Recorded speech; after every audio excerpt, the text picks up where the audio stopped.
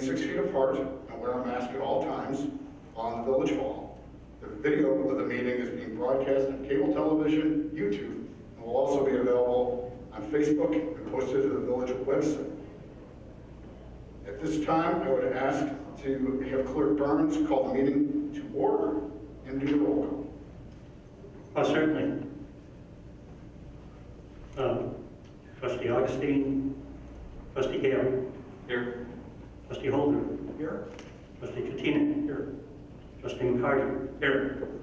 Trustee McGee, and President Kukla. Here.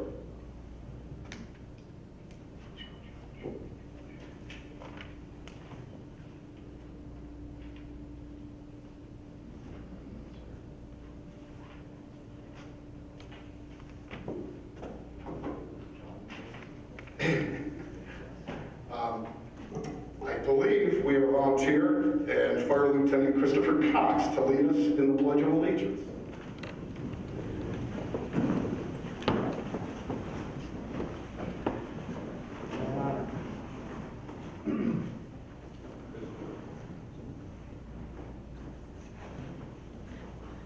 I pledge allegiance to the flag of the United States of America, and to the republic for which it stands, one nation, under God, indivisible, with liberty and justice for all.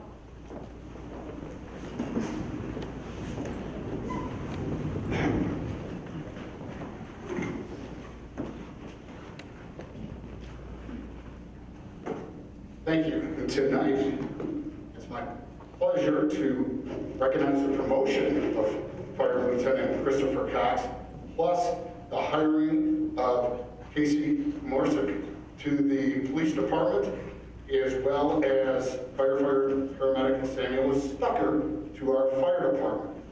And so first up, we have Fire Lieutenant Christopher Cox.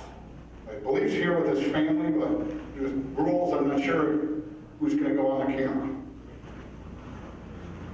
Okay, well, let me introduce Lieutenant Cox.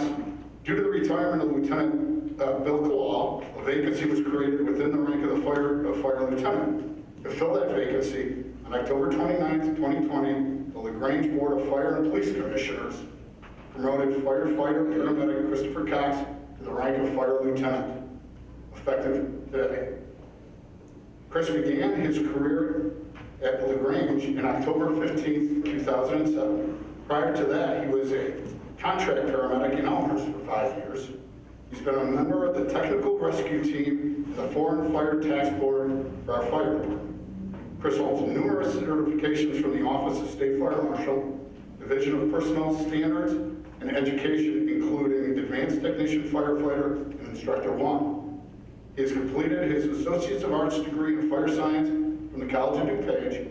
Currently, Chris serves as the Fire Department Quartermaster. Pleased to present Christopher Cox to the Village Board and request that he step forward to be sworn in.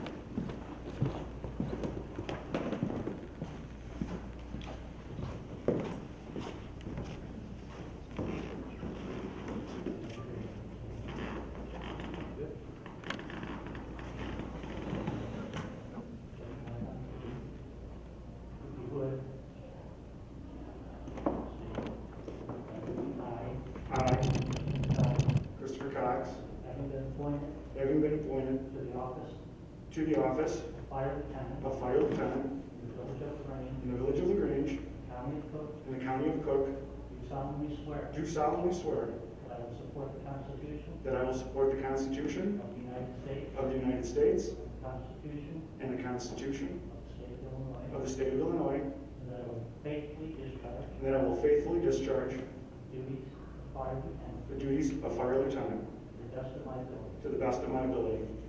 Congratulations. Thank you.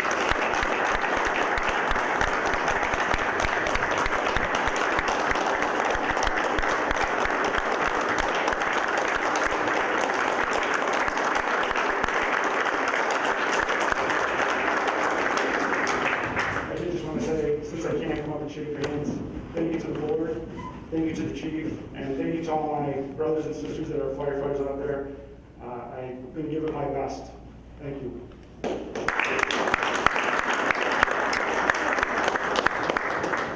And thank you to the Cox family for coming out and for sharing your husband and father with us. We appreciate it. We know that it's a sacrifice for everyone, and it's much appreciated.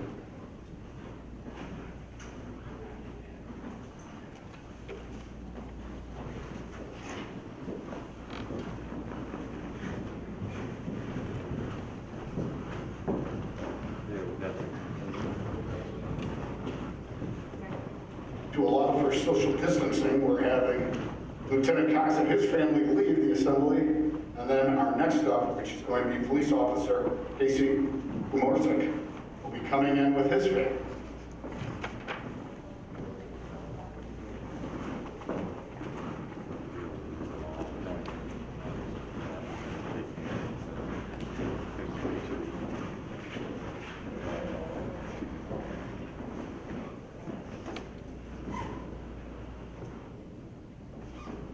On Wednesday, March 11th, 2020, the Board of Fire and Police Commissioners appointed Casey Gumorczyk to the position of probationary police officer to fill one of the vacancies in the police department. Casey obtained a bachelor's degree in business administration with a minor in criminal justice from Ball State University in 2019. And he was most recently employed as a general utility worker for North Riverside Public Works Department. Due to COVID-19, Casey was unable to begin his training until July 27, 2020. Earlier today, he completed his training at the Suburban Law Enforcement Academy at the College of DuPage in Glen Ellyn. The academy training was for 14 weeks in duration. And Casey will return to the Grange Police Department for an additional 14 weeks of field training with specially trained police officers. But we recently learned that Casey received the Academic Achievement Award from the Suburban Law Enforcement Academy for having the highest academic average within his class on all of the exams. What an achievement. Casey was #1 out of the 47 people in his class, and I heard it wasn't even close between #1 and #2, so it's a great achievement. We appreciate your efforts. We know that you're going to continue to do great things here in Grange. So with that, I would like you to come forward so that Clerk Burns can swear you in.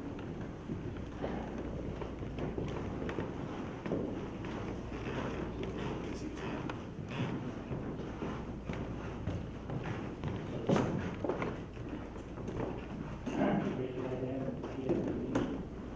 I, Casey, I, Casey Gumorczyk, have been appointed have been appointed to the office of police officer to the office of police in officer the village of Grange, in the village of Grange, county of Cook, in the county of Cook, do hereby swear do hereby swear that I will support the Constitution that I will support the of Constitution the United States of the United States and the Constitution and the Constitution of the state of Illinois, of the state of Illinois, and that I will faithfully discharge and that I will faithfully discharge the duties of police officer the duties of police officer to the best of my ability. to the best of my ability.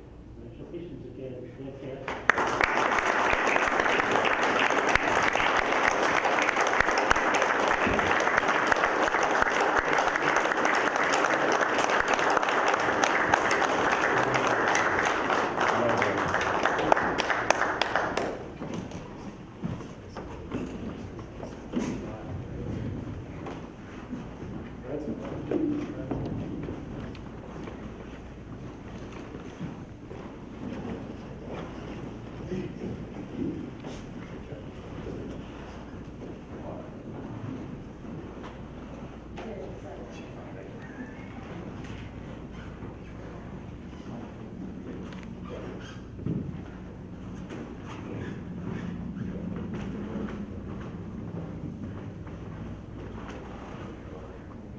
Okay, as Officer Gumorczyk and his family leave, then we will bring in the next group, which is going to be firefighter paramedic Sam Stucker.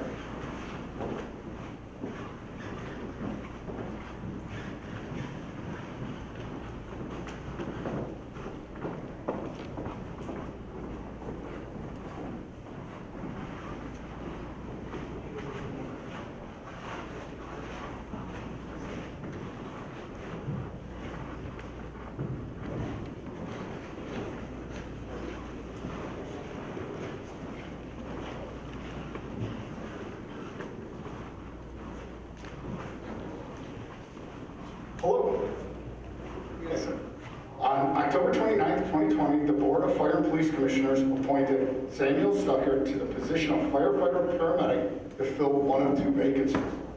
Samuel most recently worked at the Carpentersville Fire Department and the South Elgin and Countryside Fire Departments as a firefighter paramedic. He's been an EMT since 2016 and a paramedic since 2019. Samuel holds a basic operations firefighter certification with the Office of State Fire Marshal, Division of Personnel Standards and Education, as well as a hazardous materials operations certificate. Sam also holds several FEMA certifications in basic incident management and several IDPH certifications for EMS. We're pleased to present Samuel Stucker to the village board and would ask at this time Clerk Burns to swear him in.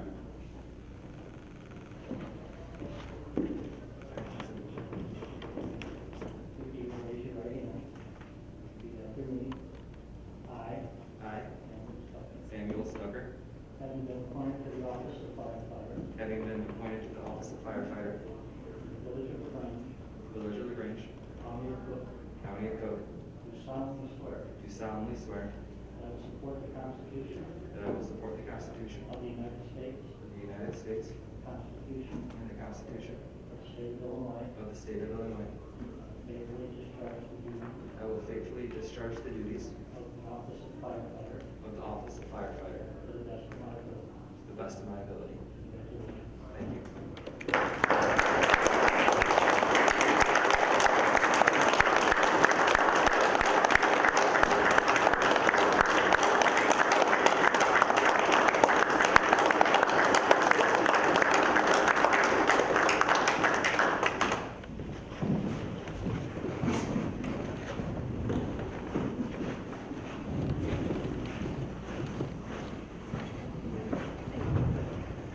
Well, that was definitely the most enjoyable part of the meeting, but continuing on.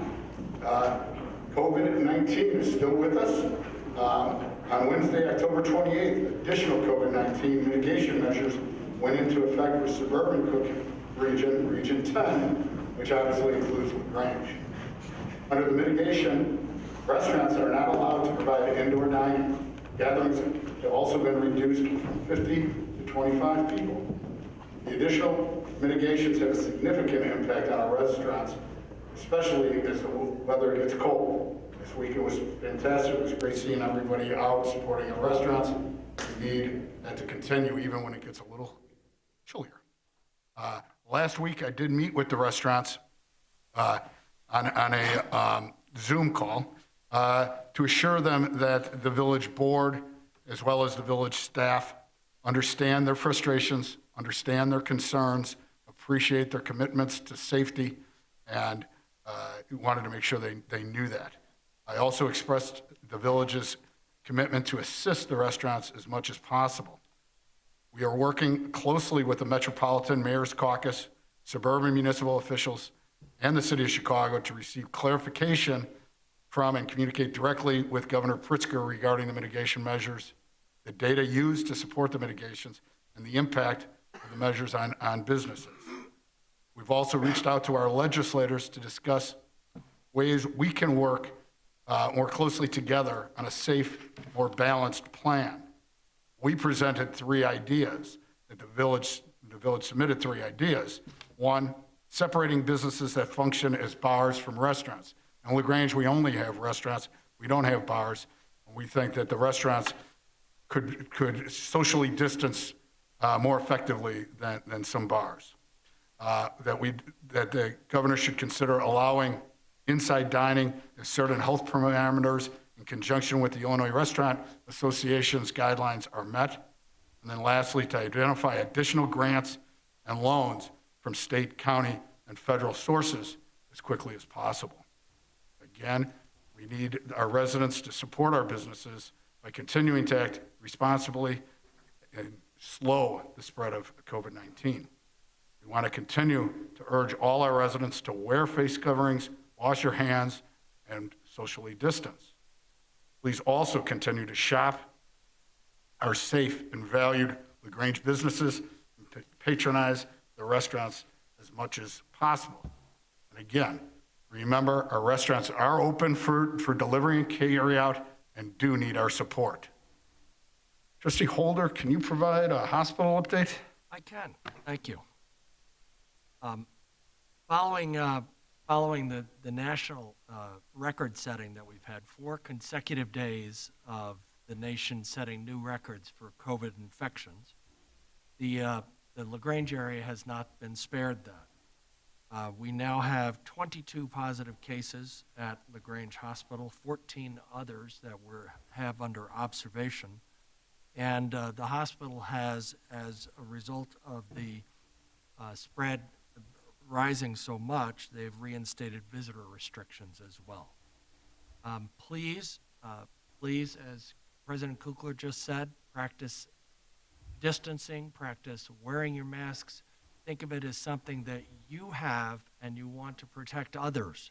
That's the best way to think about it. Also, please get a flu shot. It is, as you know, the symptoms are somewhat similar, and it is something that we can prevent. Despite the news that you saw today and over the weekend about a vaccine that has shown great promise, the probability is that we will not see that vaccine until next year. And consequently, take advantage of the vaccine you can get and eliminate one of the variables during flu season. And LaGrange Hospital, despite the visitor restrictions, is still open. The emergency room is still operating as normal. They have 2 tracks in there for folks who feel that they are flu-y or feel they might have COVID-19 versus everybody else. And their surgery rooms are quite busy with especially the new orthopedic and cardiac centers. So if you feel you've been exposed, please contact your doctor. Go on the CDC site, follow the questionnaire that's on there that's quite good. Contact your doctor. Don't run to the hospital. Your doctor will tell you what the best next steps are. Thank you. Thank you, Trustee Holder. Veterans Day is Wednesday, November 11th.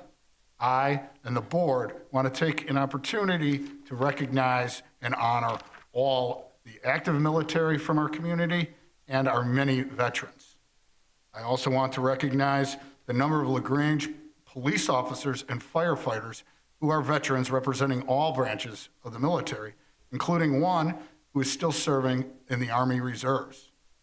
Village Clerk Burns is also a veteran of the U.S. Marine Corps. Thank you for your service. And thank you to everyone for their service to our country. It is much appreciated, and enjoy your day on Wednesday. Tonight's agenda does include a resolution to dissolve the West Suburban Mass Transit District. The district has served LaGrange for decades by providing grants to support improvements for commuters and to improve pedestrian mobility in and around our 2 train stations. The village appreciates BNSF and Metro for their support of several grants and projects through the district. One of the projects that we are working on, I know, is to add a public restrooms in the Stone Avenue station. I think that'll be great. We also want to express our deep appreciation to resident Curtis Linder. Curtis has served on the district board as treasurer and most recently as chair since 2009, and he really worked hard to bring the grants back to LaGrange, and so we do appreciate that. His advocacy and support has allowed the village to implement projects that would not have been possible without the district's financial assistance. I also want to congratulate St. Francis Xavier Grade School, and specifically the students, teachers, and the administration. They were awarded the National Blue Ribbon School of Excellence Award for the 2nd time. It's a very prestigious recognition, and congratulations to all of them. At this time, Andrea, is there a manager's report? Thank you, Mr. President. The village's administrative office closed on regular business hours will resume on Monday, November 30th at 8:30 a.m. The next regularly scheduled As always, a full complement of public safety personnel will be on call to respond to emergencies. We wish everyone a safe, healthy, and happy Thanksgiving. Thank you. Thank you, Manager Peterson. At this time, Clerk Burns, will you read the items on the consent agenda, followed by the items under current business? Yes, certainly. Matters on the consent agenda will be considered by a single motion and vote because they have already been considered by the board at a previous meeting or have been determined to be of a routine nature. Any member of the Board of Trustees may request that an item be moved from the consent agenda to current business for separate consideration. There are several items. Item A, ordinance, plat of re-subdivision for 650 South Edgewood Avenue, Frank Vigato. Item B, award of contract, 2020 sewer televising program. Item C, purchase and installation, quad car equipment, in-car computers, and in-car camera system, police department. Ordinance, disposal of property. Resolution, item D, authorizing dissolution of the West Suburban Mass Transit District. Item E, minutes of the Village of Grange Village Board of Trustees regular meeting Monday, October 26, 2020. And last, on the consent agenda, item F, consolidated voucher 210109. Under current business, there's one item. Item A, preliminary review of the proposed 2020 property tax levy request. That's it. Thank you, Clerk Burns. At this time, I would ask if anyone has any comments on those items that are on the agenda, please come to the microphone.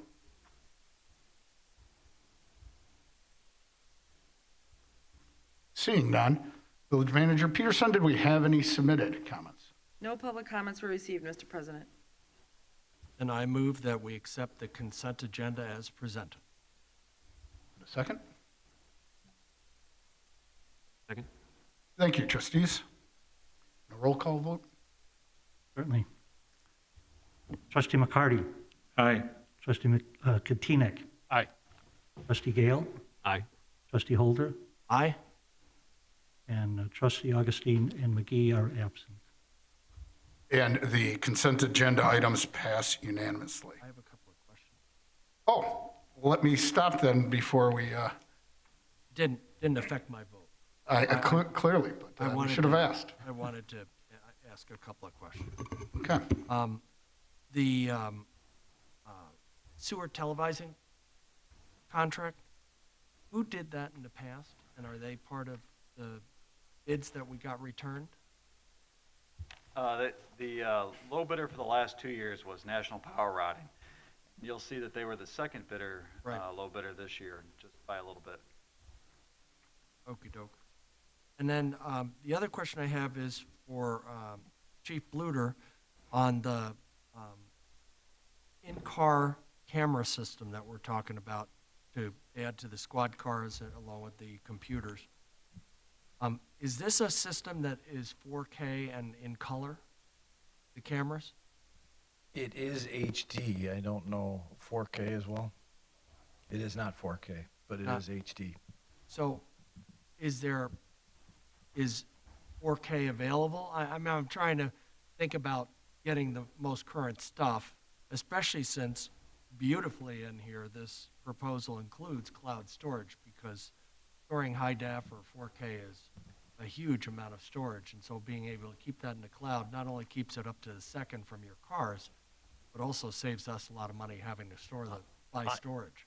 I'm not aware of a 4K system out there. We looked at the main manufacturers. I'm sorry, this is management analyst Sean O'Connor. He helped me do all the research, so I brought him along just in case we had any questions that I couldn't answer. So we're not aware of any 4K systems out there. These are the kind of the industry leaders for law enforcement. GTAC has come on strong, and obviously Panasonic, but neither, again, are 4K, but they are HD.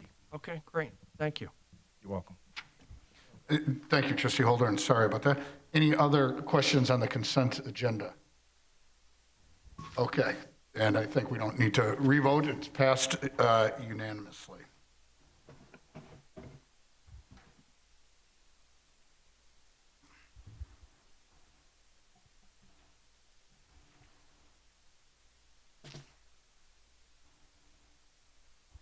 Under the new business, I'm going to ask Trustee Gale to introduce or present the primary review of the proposed 2020 property tax levy request. Thank you, Mr. President. Yes, I'll be presenting the preliminary 2020 property tax levy summary. So, the Truth in Taxation Law requires a preliminary review of the proposed property tax levy by the corporate authorities at least 20 days prior to the adoption of the tax levy to determine if the aggregate levy is more than 5% greater than the preceding year's tax levy extension, exclusive of debt service. If the preliminary levy is estimated to exceed the preceding year's levy by more than 5%, the village must hold a public hearing prior to the adoption of the proposed property tax levy. The proposed Truth in Taxation levy request, excluding debt service, reflects a total increase of 3.70% over the prior year's extension. You can see this on Exhibit 1. Therefore, the Village of LaGrange is not required to hold a public hearing regarding the 2020 property tax levy. The proposed village property tax levy, which includes the 3.70% increase, is also subject to the Property Tax Limitation Act, these are property tax caps, which limits the increase, exclusive of debt service and new growth, to 5% or the National Consumer Price Index, whichever is less. CPI rate applicable to the 2020 tax levy is 2.30%. Therefore, the additional 1.40% increase in the tax levy reflects new growth in 2020, which in total is estimated at $10 million EAV, which is assessed value? Equalized assessed value. This estimated new growth includes annual new growth of $5 million equalized assessed valuation from residential/commercial improvements, plus an additional projected increase of $5 million EAV from the Mason Point residential development project. It is important to note that when the village anticipates significant new growth from development projects, this does not result in an increase in individual homeowners' property taxes. The limiting rate calculation allows the village to include the increased dollar amount of the property tax levy, which is then distributed over a larger EAV base, limiting the overall increase on individual property strictly to the increase in the CPI. Therefore, the impact of the proposed 2020 property tax increase, average Village of LaGrange home with an estimated market value of $500,000 is an increase of $32.42 from the village property tax levy. You can see that on Exhibit 3. The village property tax levy consists of several separate line item levies. General fund levies are utilized to support village operation expenditures. The general fund levy in total is the amount available under tax cap law after funding the village's pension levies, or IMRF, Social Security, Police, and Fire Pension Fund. The Police and Fire Pension Fund levies increased due to plan changes, demographic changes, and investment returns being less than expected. In just a minute, I will ask Police and Fire Pension Fund's independent actuary, Mr. Todd Schroeder from Lauterbach and Amann, to discuss the results of the actuarial valuations in more detail and answer any questions from the village board. It is important to note that due to tax cap limitations, any increase in any one individual line item levy results in a corresponding decrease in another individual line item levy, with the overall tax levy increase not being affected. However, this results in less property tax revenue for general fund operations. As the police and fire pension levies were approximately $165,000 more than expected, less property tax revenue will be available for general fund operations during the upcoming fiscal year. At this time, and for the purpose of pre-budget development, the new growth from the Mason Point development, which generates property tax revenue of approximately $500,000, coupled with decreased contributions to the Lyon Township Area Communication Center or Consolidated Dispatching Service, will primarily offset the decrease in general fund property tax revenue. Subsequent year contributions to LTAC decreased by approximately $100,000 due to the addition of a new municipal member, Countryside, effective September 2020. The village also levies property taxes on behalf of LaGrange Library, which is classified as a municipal library. The library tax levy also reflects the allowable increase under the Property Tax Limitation Act and is equal to the amount of the increase of the village tax levy request. The impact on an average Grange home from the proposed 2020 library property tax levy is an increase of $10.81. Finally, each year, the village also files a property tax levy for Special Service Area Number 7 on ongoing maintenance of the Central Business District. The Special Service Area levy is not subject to the truth in taxation requirements and is adjusted annually by the Consumer Price Index utilized as part of the Property Tax Limitation Act. It should be noted at this time, the village board is only announcing the 2020 preliminary tax levy for the purposes of determining if the total aggregate levy is more than 5% greater than the preceding year's tax levy extension in accordance with the truth in taxation requirements. The ordinance adopting the final 2020 tax levy will be presented at the December 14th, 2020 village board meeting. So for the purposes of our further discussion, I move that the board approve the attached resolution announcing an estimated 2020 tax levy of $10,262,347, exclusive of debt service, which is a 3.70% increase from the 2019 tax levy. So I make that motion. Second.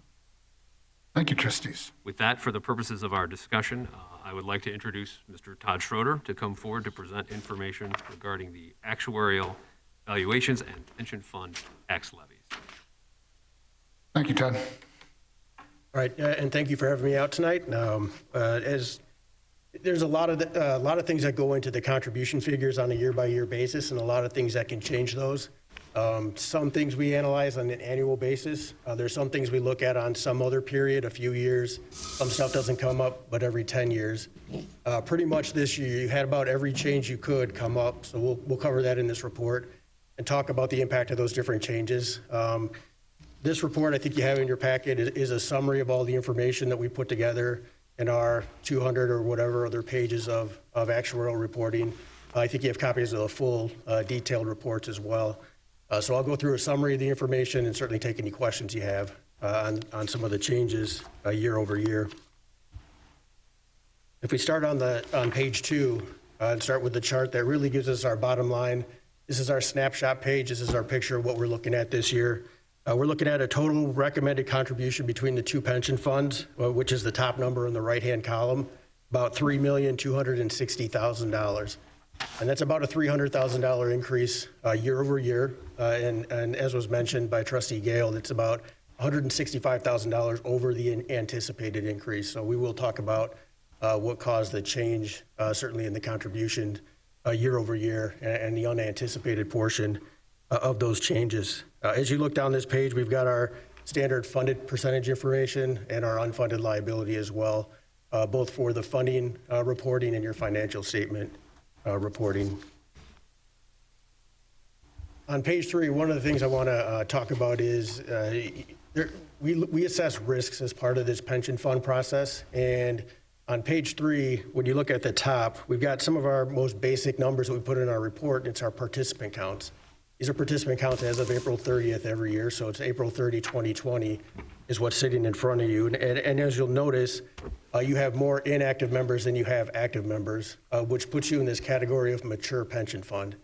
So when we're assessing risks of pension funds and assessing the risks of this process, we do try to do that from the viewpoint of the specifics that affect your fund. So a new fire district that started up 8 years ago that has 0 retirees and it is not paying any benefits yet has a different set of risk factors than you folks would have in a mature pension fund system with 66 members who are inactive as members of the pension fund and 43 active members of the pension fund. And one of the things we see as you get down to that third line, right now between the two pension funds, you're paying out, and this was in fiscal 2020, about $3.7 million in benefit payments. So you have certainly a cash outflow burden that's part of this pension funding process. And it's something we just want to make you aware of.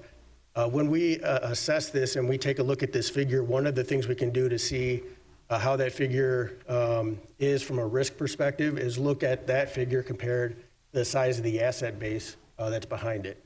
For the average pension fund in Illinois, we see a figure of about 8%, meaning the average pension fund in Illinois is paying out about 8% of its assets on an annual basis.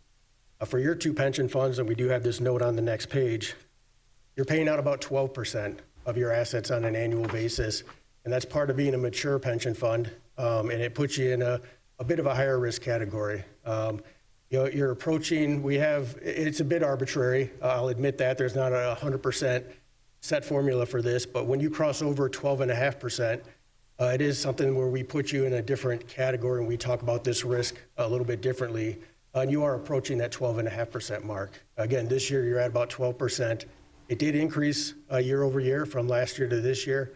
One of the primary drivers of the increase was the measurement date. At April 30th, we were about 1 month from a market perspective. We were about 1 month into a 4 or 5 month recovery that ended up happening. We do measure this on a market value basis, and so this is reflective of the markets and where the assets stood as of April 30th, 2020. Certainly that's part of the measurement, but since we are sitting close to that border at 12.5%, I wanted to make you aware of that. The more money you're paying out on an annual basis from your pension fund in benefit payments, or the higher proportion you're paying, the tougher it can be to earn investment earnings and things like that, because you are holding money aside to make sure that you can make pension payroll as part of this process, so money does sit in cash to make those payments. And it just puts some added pressure on the pension fund to find sources of funds to make those payments. If you get your expected investment earnings in any given year, there's still not enough new dollars to pay these benefit payments, and so some additional dollars have to come from your pension principal that's currently being invested. So that's, I'll say, the one risk factor we want to talk about and make you aware of as part of this process. So we do, again, note that 12% on page 4 with a couple of our other factors that I won't go into in as much detail. I'm going to jump to page 8.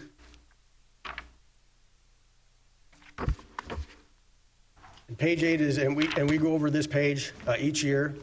Page 8 is the page in the report that gives you a picture of, puts a number to the changes that occurred year over year. I mentioned there were a lot of changes. I'll give you a quick summary on your pension contribution increases on a recommended basis. First and foremost, we do expect it to increase on an annual basis, and so part of the change fit within expectations. Part of the changes this year came outside of expectations, but there is an expected increase as part of this process. We assess your demographics on an annual basis, so if we need to fund for new hires, retirements that occur, any new disabilities that occur, we assess that every April 30 by April 30, so that impact is listed on this page. We assess the assets on an annual basis, and when we look at the assets on an annual basis, as we have in the past, we look at the 5-year rolling average of the assets compared to expectation to try to give you a picture of the impact of your investment returns. So if the investment returns fall short of the expectation on that rolling 5-year basis, and we're going to ask for additional funding and ask for those dollars to come in through contributions as part of this process. So those are things we look at on an annual basis.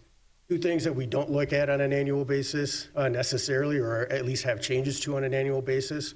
One is the actuarial assumptions. So back in 2016, I think I was here and talked about some of the changes to the actuarial assumptions at that time. We had undergone a comprehensive study of Illinois police and fire pension funds. We've updated that study, and we do so every 3 to 5 years. This happened to be a 4-year cycle that we looked at it. So we've updated that study. We've incorporated those changes into this report. It's not something we will incorporate again next year necessarily, or the year after, but something we certainly keep an eye on and do come to you from time to time with recommendations for changes related to the assumptions. The last change I'll talk about, and really the one that happens the least often, are plan changes. So this is changes to the benefit structure within the pension funds, and what is promised to the individuals as part of the legislative process that happens at the state of Illinois level. So the state of Illinois dictates what a member gets when they retire, what a member gets when they become disabled. Back in 2011, the state of Illinois made some changes and set up 2 tiers of employees. So a Tier 1 police officer and a Tier 2 police officer are going to have a different benefit structure within the same pension fund. Same with a Tier 1 firefighter versus a Tier 2 firefighter. So for folks hired after January 1, 2011, unless they had prior service, they're generally falling in that Tier 2 bucket. Again, that was a change that was made almost 10 years ago at this point. At the end of last year, the legislature was wrapping up their discussion on consolidation, and this is bringing all the pension fund assets together for all the police pensions into one and bringing the fire pension assets together into another fund. As part of that discussion, they did make a change to the benefit structure for Tier 2 members, so these folks who were hired after January 1, 2011. There was a cap that was put on the amount of their pay that could be considered for pension purposes. That was, again, back part of the legislation 9 years ago. They have updated that cap and increased the amount of cap and increased how fast it's going to increase going forward, effectively meaning when we project out to retirement, these folks pay and try to project out these folks' retirement benefits, they're less likely to be impacted by this pay cap the way it's structured today versus the way it was structured a year ago. What that means is a higher pensionable pay, so a higher portion of the pay we expect them to have is going to be pensionable. It means higher benefits from the pension funds, and therefore higher contribution that we're requesting specifically for that change this year. So that's hopefully a short version. I know it doesn't sound short, but that was about 4 or 5 changes we look at. If you look at this page 8, this is where we put the numbers to all those things we talked about.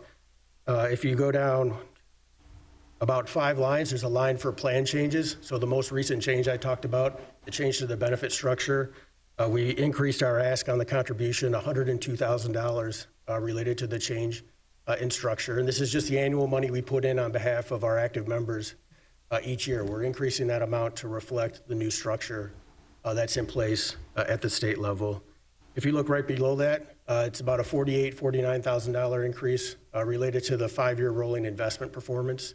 Again, when we look at the 2020 market, we were measuring about a month again into a recovery after we had hit bottom towards the end of March from a market's perspective. And so part of that is reflective in here, as well as pieces of the 4 preceding years as well as part of this process.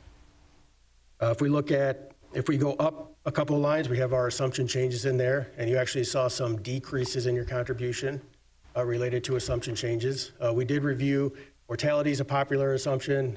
We put a lot of provisions in place to try to get a good picture for you on mortality. The mortality changes this year that we looked at did have an increasing impact on the contribution. You did have some offsets by changes to how we handle retirees and disabled members. The Department of Insurance professional pension division at the state of Illinois requires you now to file your spousal information of your retired and disabled members. So we have switched to using the actual spousal information that's on file with the state for retired and disabled members, as opposed to making an assumption as to how often their benefit is going to go on to a beneficiary. So that caused some offset to this process. So if you kind of throw all those things together, we come back down at bottom line, you're approaching $300,000 in increase year over year. Again, some of that was expected, some of that was budgeted for, and then these are some of the other factors that go into that process. And so I know that, again, that's a lot of numbers on one page, a lot of information. Are there any questions in the changes or in the contributions from a year over year perspective? Trustee Holder, I believe, has some questions. Yeah, I have a couple. First of all, we have an assumption of 7% return. Yet somehow, in a market setting new records, we are ending with our assets lower than we began. A, how is that? And B, is our assumption appropriate? It's a good question. What part of this process is the expected rate of return on plan assets? Historically, when you looked at the 7% figure, it was sort of seen as for a standard 60-40 asset mix is sort of a middle of the road assumption. 60-40 what? 60% equity, 40% fixed income. Okay. And that's more of a traditional figure. You've seen a lot of instances of 7% being sort of the middle of the road there. It's not necessarily the case as you see new information coming out from the folks who do the capital market assumptions and things like that. What we're seeing when you start to look at these range of assumptions now is that 7% is moving more to the more aggressive end of the range of results that are being seen from the folks who issue capital market assumptions. And it's a difficult process because we're really looking at long-term capital market assumptions as much as possible as part of this process. The investment folks, they think of long-term in the 3, 4, 5-year range, and we're trying to look at long-term in the 10, 15, 20-year range in terms of these benefit payments. So the 7% has shifted. It's not in a bucket where I would say, in looking at the information that's out there from the variety of sources, that it's outside the range of reasonableness, but it's at a more aggressive end of that range, certainly. And it is something that does come up at the pension board level for discussion. I think with the consolidation coming and the assets coming together under a different investment structure, I think it's sort of a wait and see mode at this point, as that's anticipated to happen in 2021. And we should have more idea of the eventual, what the asset mix is going to look like to get a good, better picture on a going forward basis from that impact. So I'm going to put you on the spot since I asked you a question. Yeah, go ahead. Is this good that we're ending with less money than we started with? That our investments are losing money? I assume you're looking at page 9. Yes. And so page 9, we give you a reconciliation of your asset figures. Certainly it's not good that you're ending with less money than you started.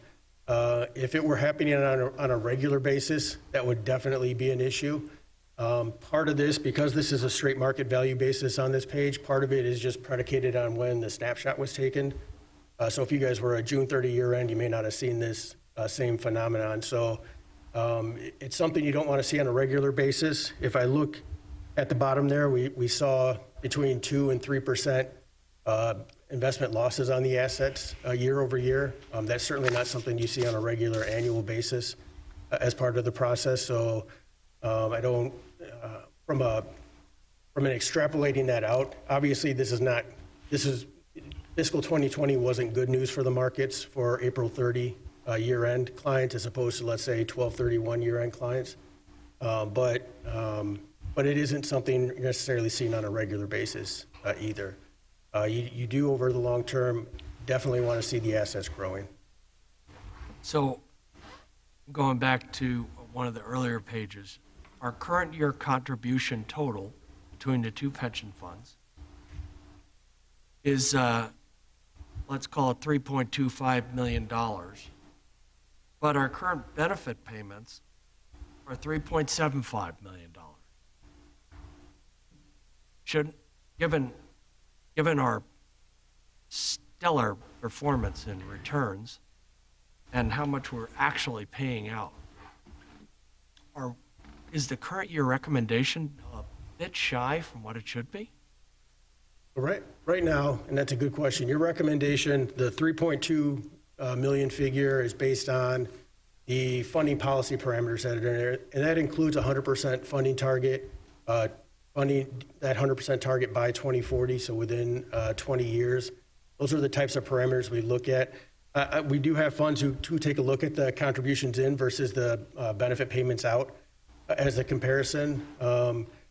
One of the things we do, and when we're looking at that metric of how much you're paying out in benefit payments, is we try to compare that to the expected investment earnings as well. So if you're looking at 7 or even something in a range of 6.5% to 7% on an expected investment earnings basis, if you look at those dollars as dollars that would be used to pay benefit payments, it's really the additional 6 or 7% in contributions you got to come up with to try to match that to break even for the current year. It's a situation that could, if you were looking to put in additional funds or looking to try to get those, paying out 12% of your assets, looking to get those figures down by boosting the assets up, putting in additional contributions is something you could consider to do that. Obviously, that comes out. I'm not asking what we should consider. The police and fire pension are separate organizations. We don't run them.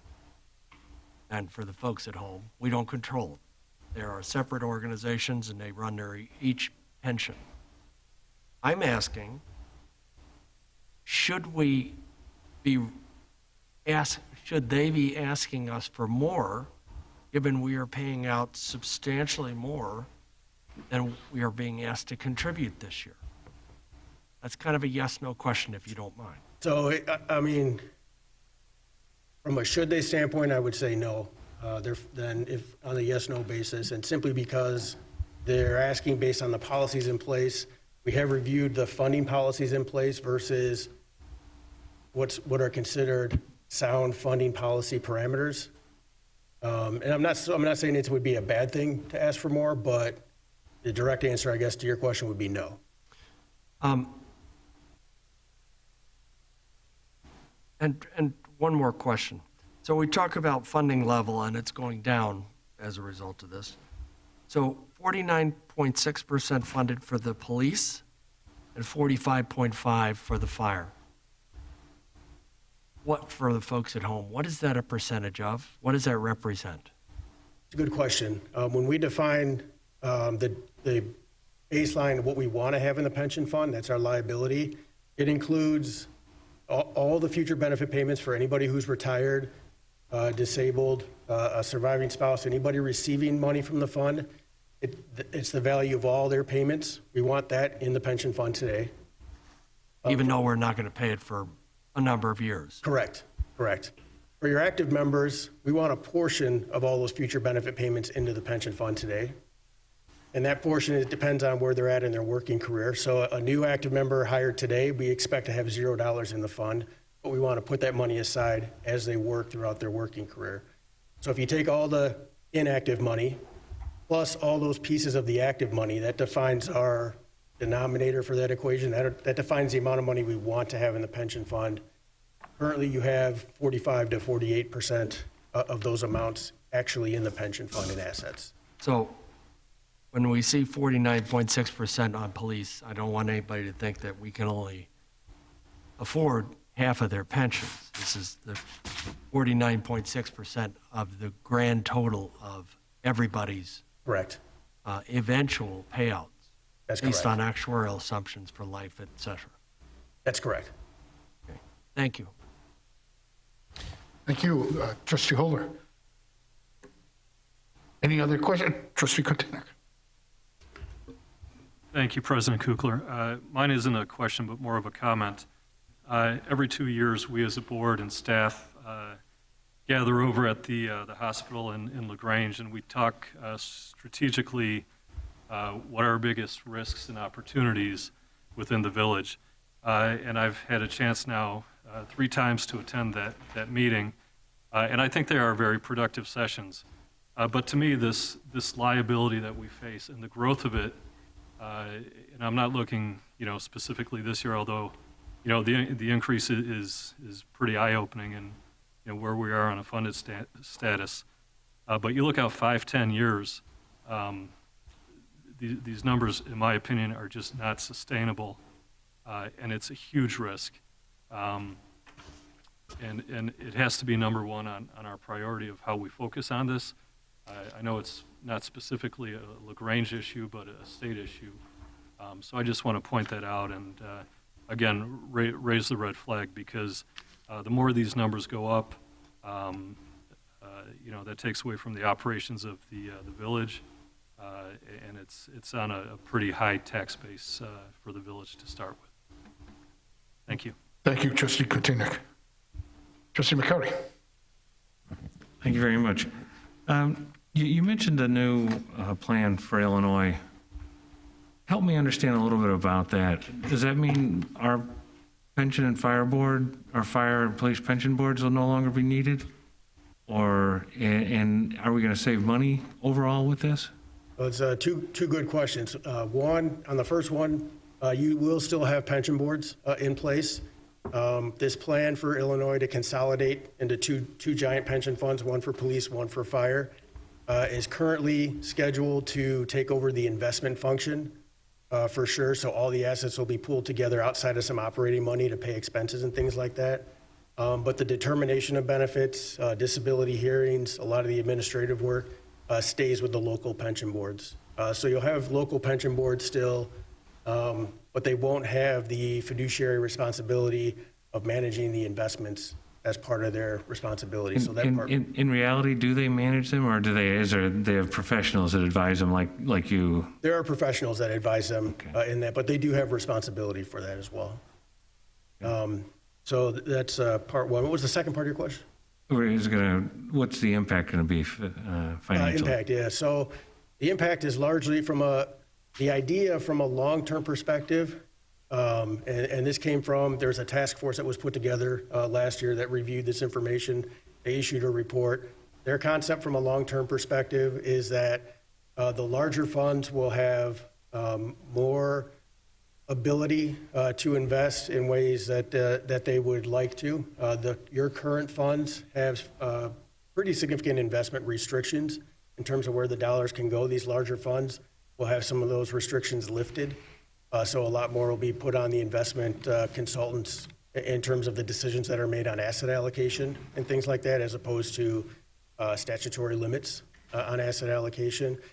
So the idea is that long term, that's going to save you money because more money will come in from investment earnings. We have the same pot of benefit payments that have to be made. If more money comes in from investment earnings, those savings go to the employers, the villages, and the cities. As the members continue to put in their 10% of pay to the program. So long-term, it will, long-term, that's the concept, is that it will save you money. Obviously, it's still subject to the annual risks of the markets and things like that. So it's not necessarily something that you're going to wake up, they're going to get this done, and then you'll wake up the next day and have a lower pension contribution. So I'd be hesitant to go that far with it. But over the long term, that's the idea, is that it will save you money. And just one quick follow-up question. Do we incur any greater risk? Is there a chance our money ends up going to Countryside or to Grange Park? Are we becoming one giant pension fund, or does our money stay isolated as our money and we're just sharing the investment benefits? Very good question. They have stated that several times in the process that your money remains your money. So if we got pension funds that are 20% funded, 50% funded, and 80% funded, each of them will have their own slice of this pie. It's just more from an investment perspective that the monies will be combined. So there will be accounting that's required to kind of draw those lines to make sure that your money stays as your money and your neighbor's money stays as their money as part of this process, including the accounting for dollars that flow in and out on an annual basis. Thank you. Thank you, Trustee McCarty. Trustee Gale. Thank you, President Kukler. Lou, this is more of a question for you, and it dovetails with Trustee Katinek's point as well. So if we decided, as Trustee Holder pointed out, we might need to shift some revenue over to the pension funds, right? That then comes out of the general revenue. Right? We only have, our bucket is only so big, and where we allocate is where we allocate. That's correct. As part of the levy, the overall tax cap affects the total dollar value. So any dollars that would be shifted to one area would take from operations, or capital, or some of the other items that the fund on an annual.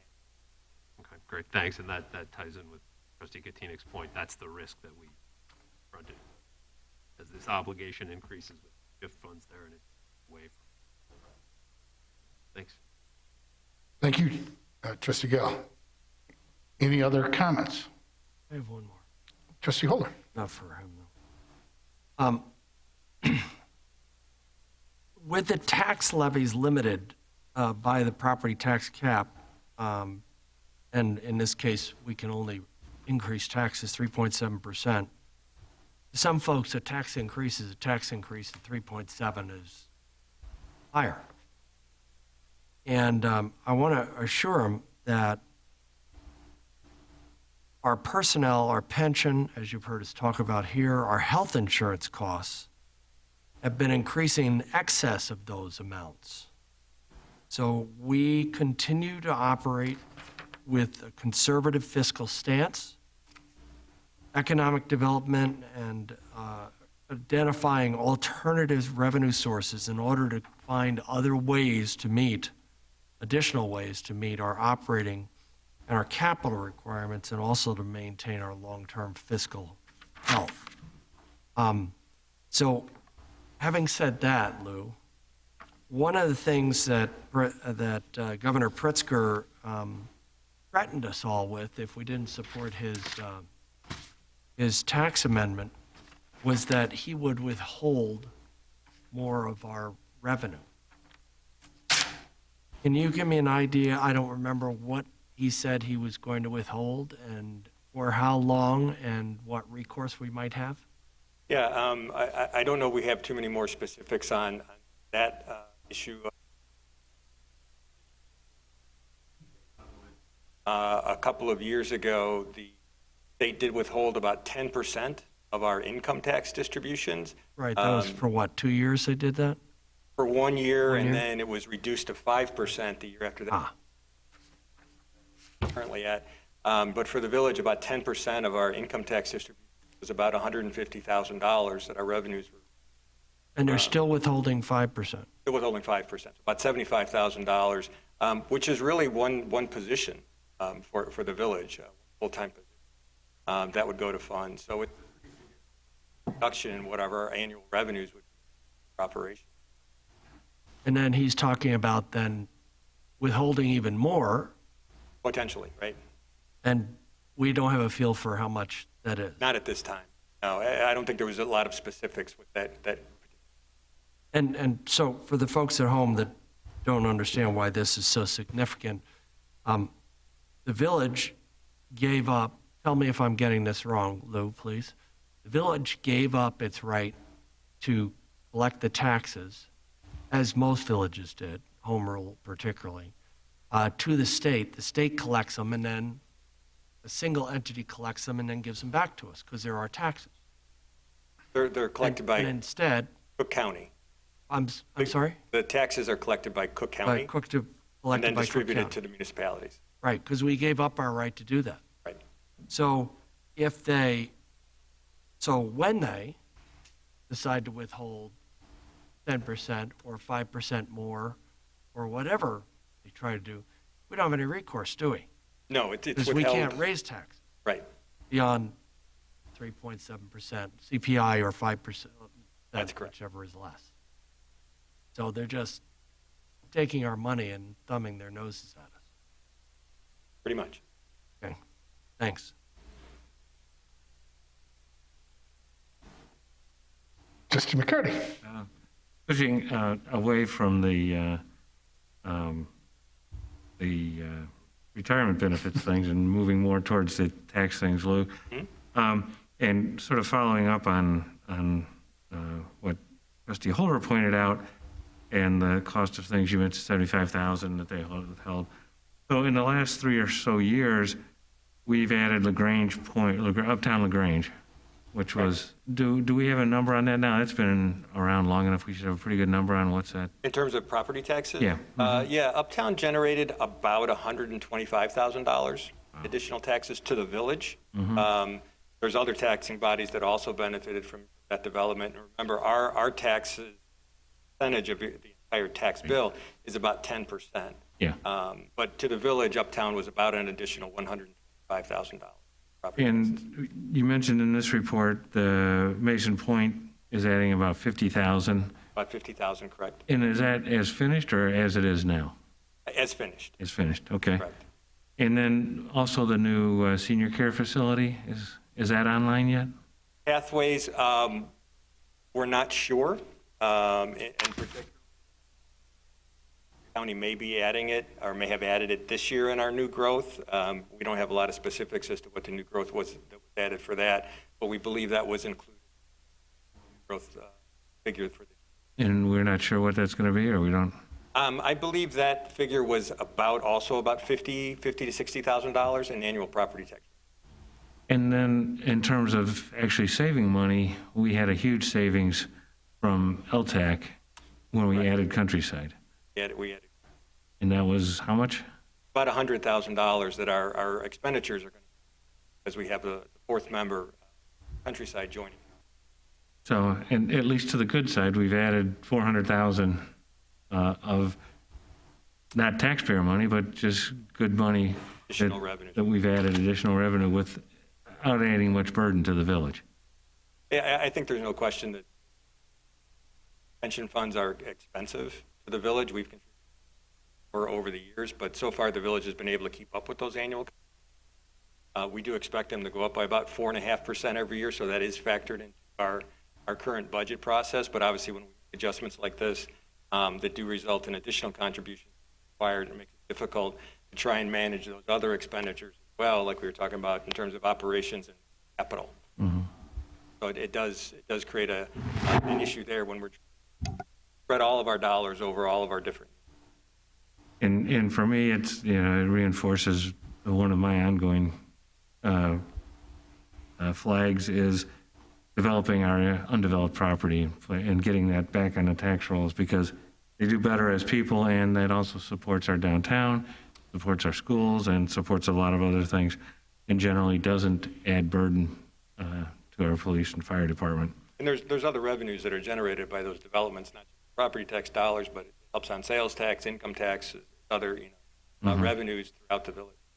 Do we have a few years, several years ago, before the parking garage was built, we had a parking study done, and the analysis was that every parking spot in downtown LaGrange generated about $75,000 in revenue for the downtown area.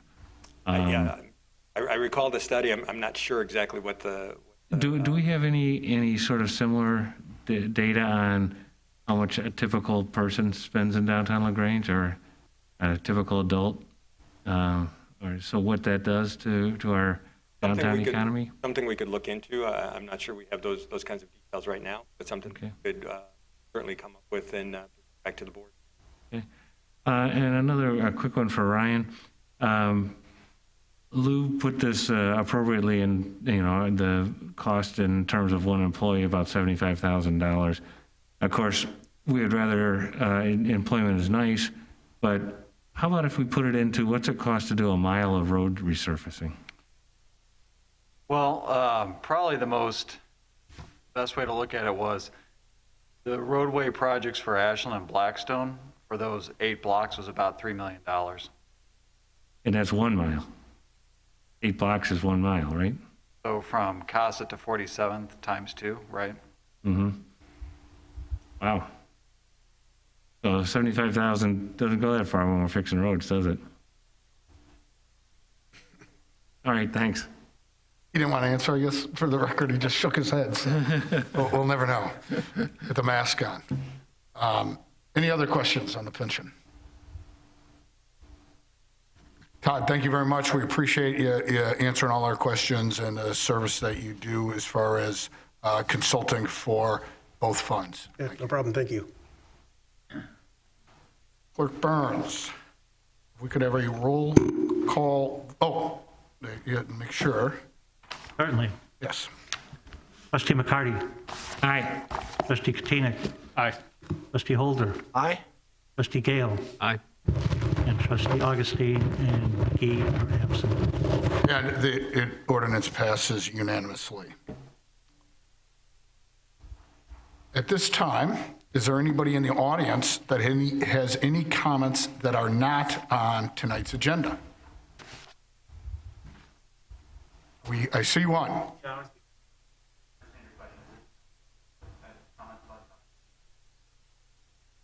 Yeah, just you have to go up to the microphone. So the way that the comments were supposed to work was earlier in the meeting, I had asked if there was any comments for items on the agenda. You would have raised it there. This is for items not on the agenda, but I think it's appropriate that we make an exception to hear your comment. I appreciate that. My name is Andrew James. I'm a trustee on the LaGrange Police Pension, so I appreciate the time to speak. I have something very brief I could give to you. Is that allowed? It just to allow you to better understand my comment. All right, thanks.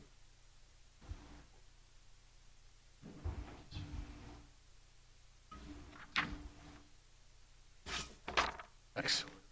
Thanks. Thank you.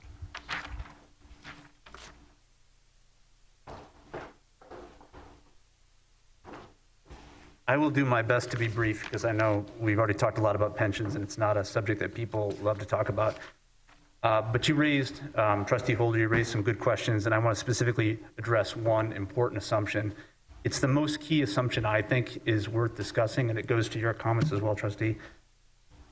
My belief is that the assumption rate that we use, the expected return of 7% to discount these liabilities, is too high.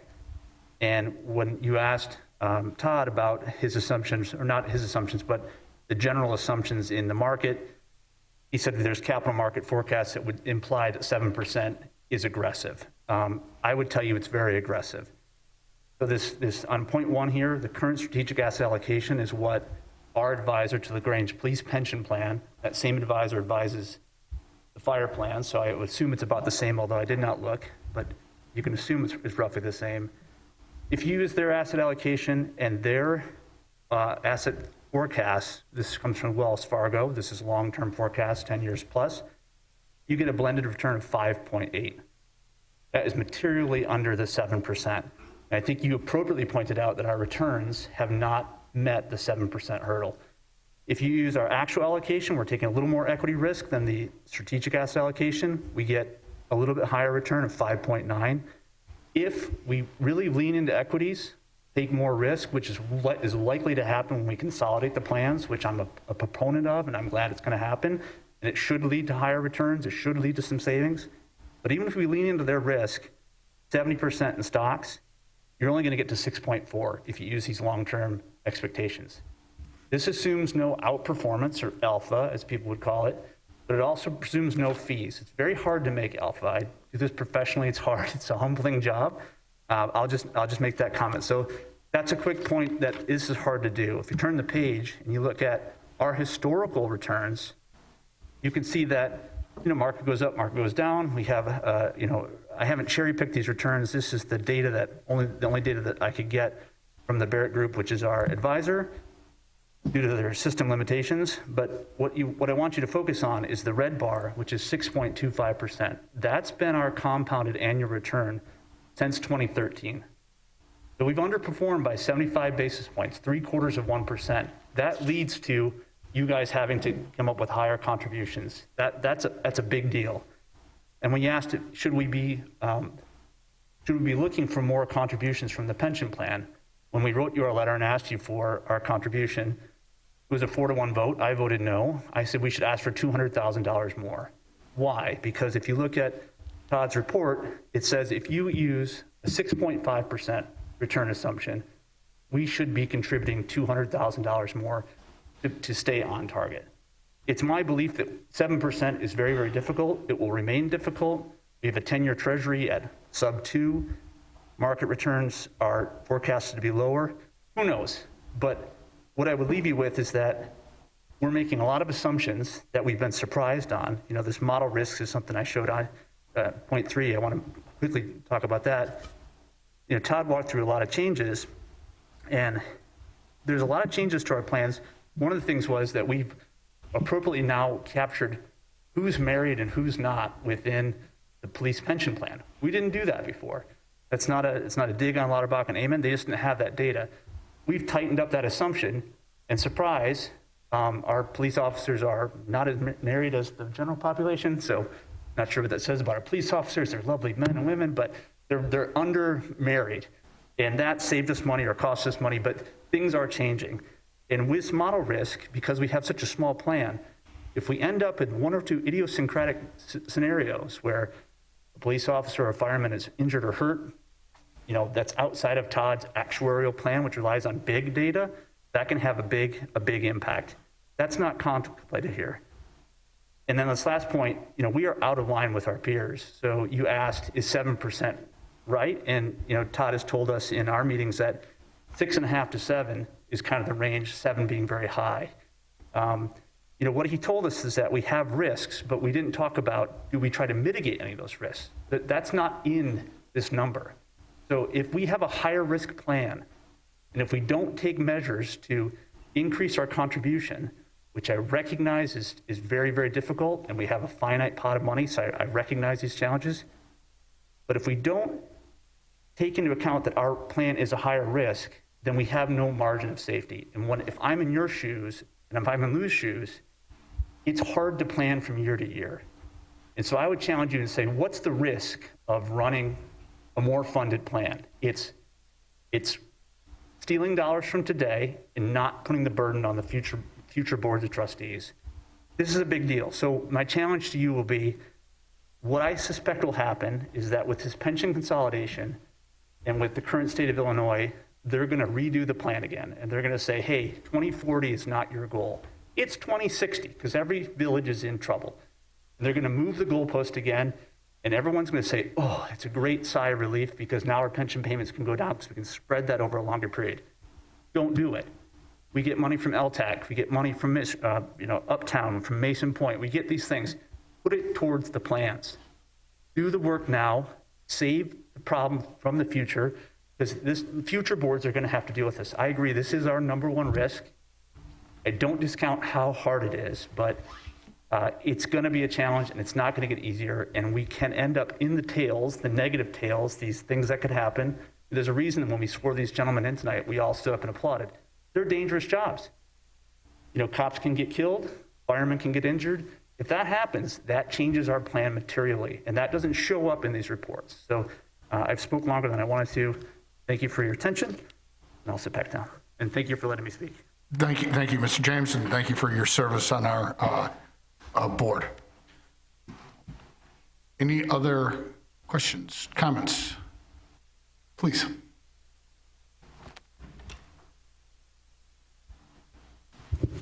Hi, everybody. I'm Becky Lorenz, and this is my husband, Harold. And we're just here to build relationships with Community Diversity Group and appreciate all the work that you're doing and all the efforts that you're doing to realize that diversity is an asset in our community and welcoming to everybody. Thank you. Thank you, Becky and Harold. And again, thank you for all your efforts with the Community Diversity Group and all the different projects you really spearhead. We do appreciate it.